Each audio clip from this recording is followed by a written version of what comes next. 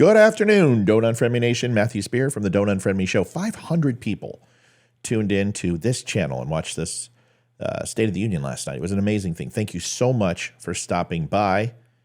And I have broken down Joe Biden's State of the Union multiple times, and I'm not doing it tonight. In fact, literally the first couple of sentences of the State of the Union was the most bone-chilling out of all the lies that he told, because I'm going to go ahead and not break it apart. I'm just going to show you last year's State of the Union, which was pretty much identical to this year's State of the Union. I bet you didn't see it. I bet you didn't know. And then I'm going to go ahead and pick a famous speech from history that really sets that bone-chilling tone that Joe Biden was looking for. 15 seconds. I'll be right back. Don't miss this episode. Do you want the truth?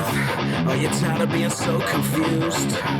You feel like you're more f***ed up than the lies on the evening news?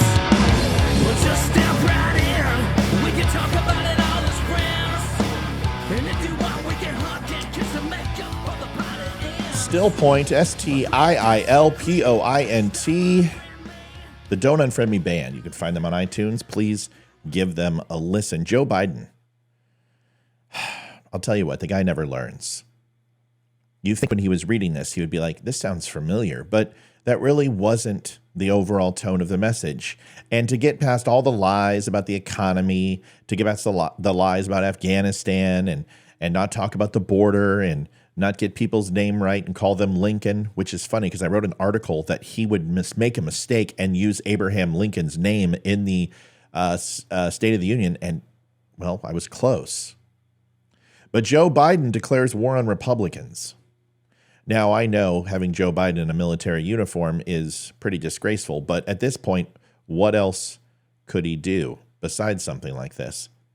I'm going to go ahead and show you a video which was done by FDR when he, in 1941, went to Congress and said, enough's enough, and we need to declare war. And the reason why we do, the Japanese and the Germans, and we all know the story, but it was the message and why Joe Biden picked that particular speech. But first, watch this video. This is a comparison contrast of last year and this year's State of the Union. I think you'll find it pretty funny. Build the economy from the bottom up and the middle out, not from the top down. To build an economy from the bottom up and the middle out, not from the top down. When the middle class grows, the poor have a way up and the wealthy do very well. Because when the middle class does well, the poor have a ladder up and the wealthy still do very well. We'll build a national network of 500,000 electric vehicle charging stations. We're going to build 500,000 electric vehicle charging stations, 10,000 new jobs. It's going to create 10,000 jobs. There's been a law on the books for almost a century to make sure taxpayers' dollars support American jobs and businesses. Buy America has been the law since 1933, but we're actually doing it. We'll buy America, using federal infrastructure projects to be made in America. That we'd all agree that the present tax system ain't fair. The tax system is not fair. It is not fair. Who sit at a dining room table or a kitchen table and chairs the dining room table constantly reminding you. The only nation that can be defined by a single word, possibilities. Like I said, I can define it in one word, and I mean this. Possibilities. I'm a capitalist. Look, I'm a capitalist. But capitalism without competition is not capitalism. Capitalism without competition is exploitation. Capitalism without competition is not capitalism. It's extortion. It's exploitation. That's why I propose closing loopholes for the very wealthy who pay a lower tax rate than a teacher and a firefighter. But no billionaire should be paying a lower tax rate than a school teacher or firefighter. Let's end cancer as we know it. Let's end cancer as we know it. We're the only nation on earth that has always turned every crisis we've faced into an opportunity. We're the only country that has emerged from every crisis we've ever entered stronger than we got into it. Bullying, violence, trauma. Bullying, violence, trauma. In the battle between democracy and autocracies, democracies are rising to the moment. But in the past 2 years, democracies have become stronger, not weaker. Autocracy has grown weaker, not stronger. But what it does to your dignity, it's about your dignity. We pay more for the same drug produced by the same company in America than any other country in the world. You know, we pay more for prescription drugs than any nation in the world. It's never been a good bet to bet against the American people. It's never, ever been a good bet to bet against America. Never. Oh, it's almost sad to a point. President Joe Biden commenced his recent address with an evocative nod to history, and he referenced a pivotal moment from January 1941 when Franklin Delano Roosevelt stood before the nation in a similar setting. And to the casual observer, Biden's choice to anchor his speech with this historical precedent might seem unusual or even arbitrary. It sure did to me. However, a deeper analysis reveals this opening is a calculated move, and it's steeped in historical significance and rhetorical strategy. Watch this. The American people in their righteous might will win through to absolute victory.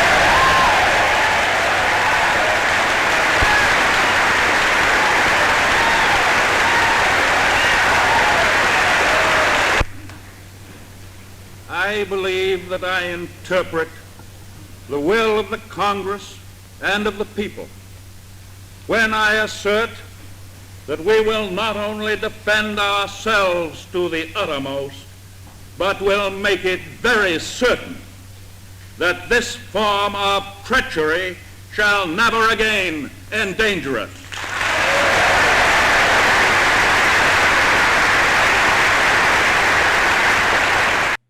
Roosevelt's speech in 1941 was a landmark address, and it delivered a critical juncture in world history as global conflict raged in the form of World War II. FDR's call to action was not merely a policy briefing, but a rallying cry, urging Congress and the American people towards a unified effort in what he framed as an existential battle on two fronts. This moment is etched in history as a testament to leadership in times of unparalleled crisis, highlighting the importance of national unity and determination against a common enemy. We saw the same when it came to 9/11. By evoking Roosevelt's address, Biden does more than pay homage to a key historical figure. He positions his leadership and the current moment within a continuum of significant American challenges. The implicit comparison suggests that Biden perceives the stakes today as similarly monumental, requiring a collective resolve and action reminiscent of the effort mobilized during World War II.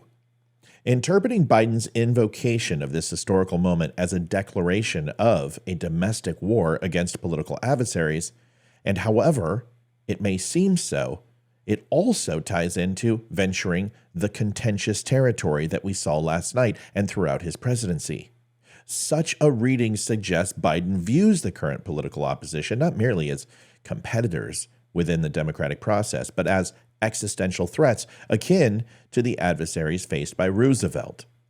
This perspective casts today's political climate in a starkly divisive term, framing ideological opposition in the context of moral and existential conflict. The assertion that Biden views supporters of the Republican nominee for U.S. president as morally equivalent to historical foes like the Nazis is provocative and polarizing. Comparisons of contemporary political figures or movements to such extreme, and these historical examples carry significant weight and risk inflaming tensions even further for the president who is supposed to bring us together. They can oversimplify complex political realities and deepen divisions, hindering rather than helping constructive dialogue and cooperation, two things we haven't heard in a long time. President Joe Biden has made several remarks about MAGA extremists that have sparked debate and drawn attention to his view of a faction within the Republican Party. One notable instance occurred in a speech where he explicitly referred to MAGA supporters as representing an extremism that threatens the very foundations of this republic. For example, in a speech delivered in Philadelphia on September 1st, 2022, Biden stated, "MAGA forces are determined to take this country backwards," adding that they promote authoritarian leaders and fan the flames of political violence. In another instance, Biden criticized the MAGA movement's alignment with policies and ideologies that he finds contrary to democratic values, asserting that the movement is undermining democracy and that its agenda is extreme as it poses a significant threat to the future of the United States.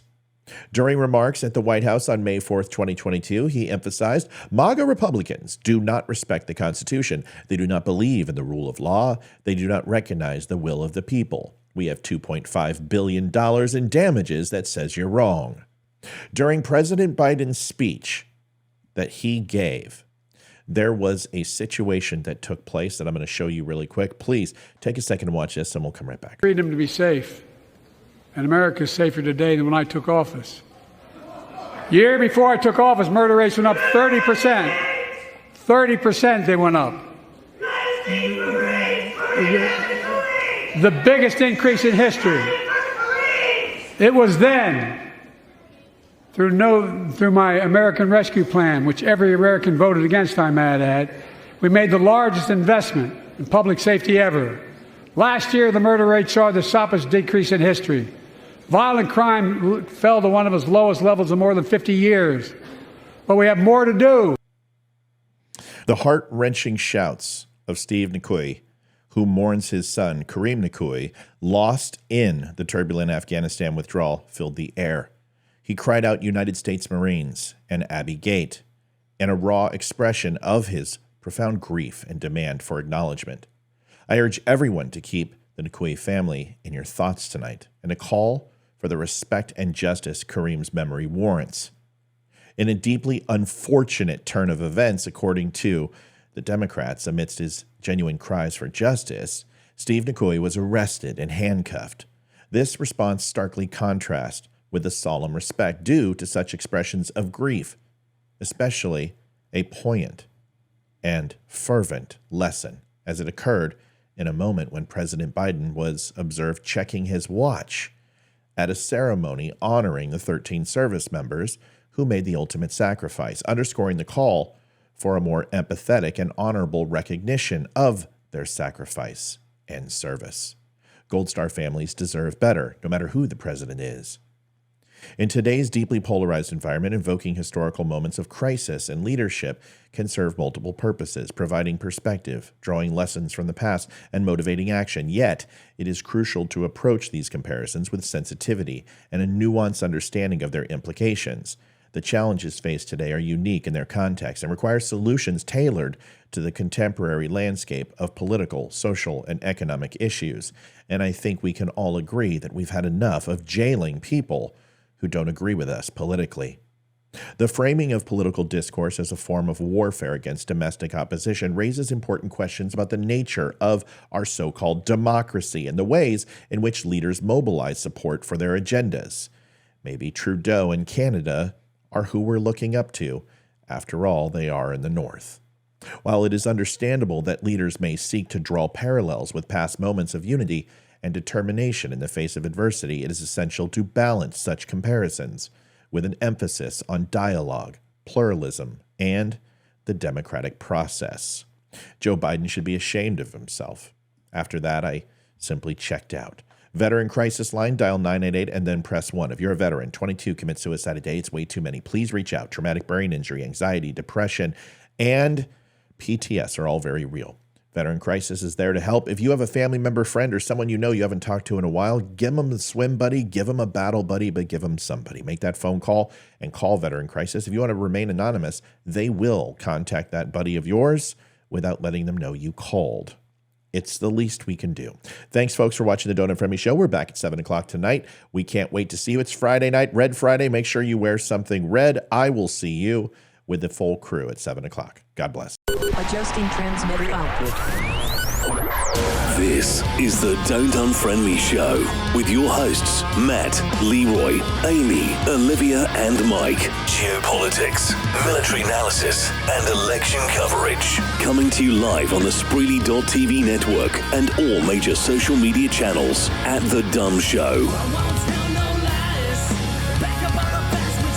Honest, direct, unfiltered. We can agree, we can disagree. Just don't unfriend me.